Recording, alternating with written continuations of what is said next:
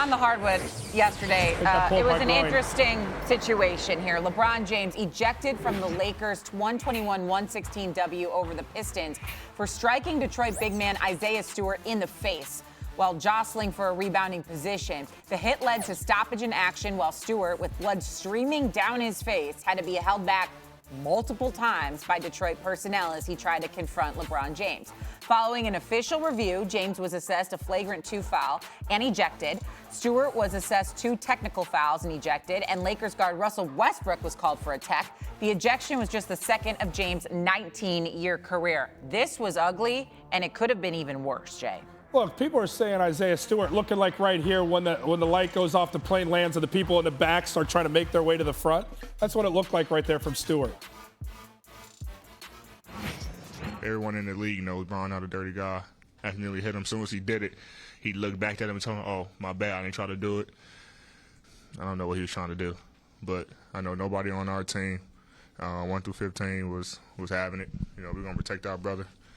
I've never, in 10 years, seen a player try to do that. Well, since I've been playing, it was uncalled for. You know, you got cut above your eye, accidental, like, you know, it wasn't on purpose. We wasn't gonna allow him to keep charging our brother like that. What did the officials say that you were assessed a technical for? Who got a tech? You did. You did. I got a tech? Oh, wow. Why'd I get a tech? I didn't know I had a tech. Maybe de-escalate. Wow. That's interesting. Well, you know, that's just being Russell, I guess. When you Russell Westbrook, they just try to do anything, apparently. But whatever. I don't know why I don't know what I did, but whatever. They had to put it on somebody. I'm the easy person to throw on. Why not me?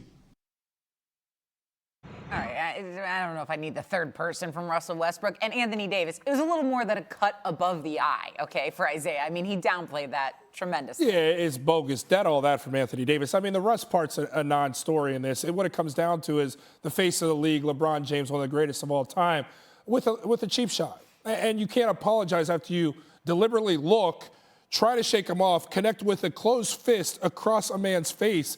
An apology right afterwards, don't stop that. There was intent there. It was done intentionally from LeBron James. And Isaiah Stewart has the absolute right to react like that. To be honest, Shay, I think if it was anybody but LeBron James, Stewart would have swung right off the jump when he came up towards LeBron. I think it was paying respect to the fact that this is LeBron James. So he came up hot, but most guys come up swinging in that moment. So that was, I think, a little bit of this is LeBron James.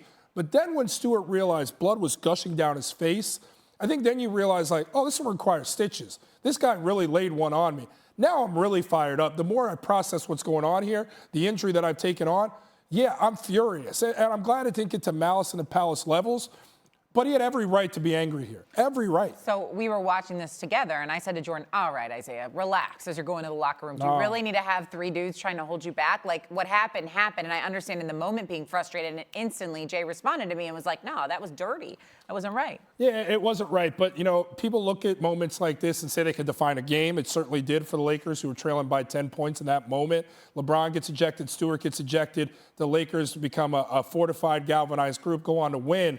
And for a group that's kind of stumbled here with injuries, playing without LeBron, to rally around him, maybe we see a Lakers group come together and go on a run. Maybe we look back at this moment, this ugly moment, a cheap shot from LeBron, and say, that was a turning point for the Lakers season. But beyond all that, LeBron, this is a very bad look. It was without question a cheap shot. To the NBA we go, and around the association. We started out with Knicks and Bulls in the house that Jordan built. And yet again, DeMar DeRozan is... He delivered. DeMar DeRozan did. A big fourth quarter for the Bulls. 31 points from DeMar, who's a legit MVP contender. And the Knicks sitting there thinking, where's the ROI? Evan Fournier and Kemba Walker have not provided much for these Knicks. I was thinking you were going to go delivering, but... I just follow the graphic. I got you. Bulls rallied in the fourth, beat the Knicks 109-103.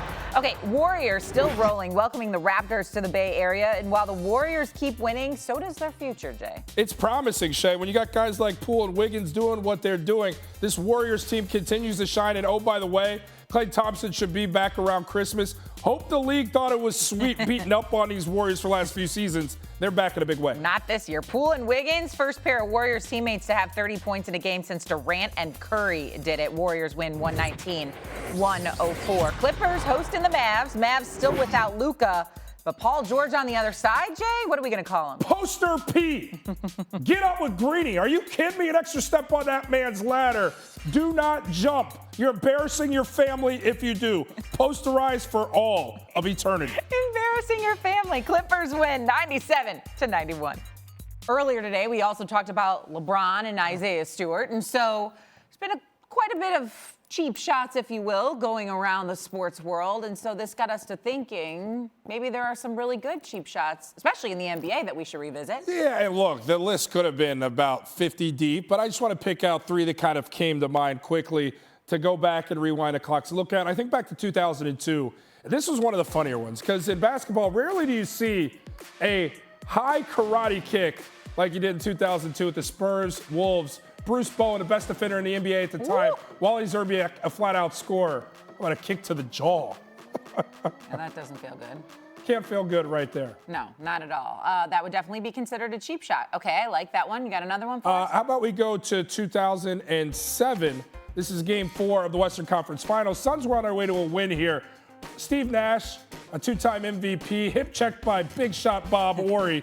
Now, why I put this in is because the Suns will clear the bench to come to the defense of their guy, Amari Stoudemire and Boris Diaw. Yep. And because they left the bench, they would serve a 1-game suspension. So the Spurs capitalized on winning Games 5 and Game 6, and they would ultimately go on, the Spurs, after winning those over the Suns, to win the title. So that moment right there actually played to the benefit of the Spurs. Horry ejected, but a 2-game suspension for 2 stars, and the Spurs were able to capitalize. Okay, so that's interesting because following this fight that we just saw over the weekend between Isaiah and LeBron, you heard a lot of the Lakers say this can be a defining moment in the season when you have these kind of things that can either tear apart or bring together a locker room. So we'll see how it proceeds. Next one, 1997. How old were you in 1997? 11 I was years 11. old. Nice. 11 years old. And the Knicks and the Heat, they always had beef. Eastern Conference Finals, Charlie Ward, one of the most calm, collected guys, body slammed by the much bigger P.J. Brown. 6 suspensions would come from this incident at the time of postseason record. The Heat, they would rally around their group to complete a 3-1 series comeback and advance to the NBA Finals. We call that a body slam. It's like a cartwheel. A human flipped you over and then put you on the ground. It was more of a cartwheel. And looking back to those 90s, the Knicks were some of the toughest teams during that time. You had Charles Oakley, you had Anthony Mason, you had legit guys who would go out there and mix things up. And on the other side with the Heat, you had guys like Alonzo Mourning, tough guys in there up front, P.J. Brown. These 2 teams will go back and forth for years to come. There's the funny video of Jeff Van Gundy holding on to a player by the foot and being dragged across the floor. Pat Riley used to be the Knicks head coach, moved on to the Heat, so there's some bad blood there. But when I think about nostalgia of cheap shots and fights and beef in the 90s, you think about a lot of those Knicks-Heat games. Yeah, no doubt about it. Thanks for watching ESPN on YouTube. For live streaming sports and premium content, subscribe to ESPN+.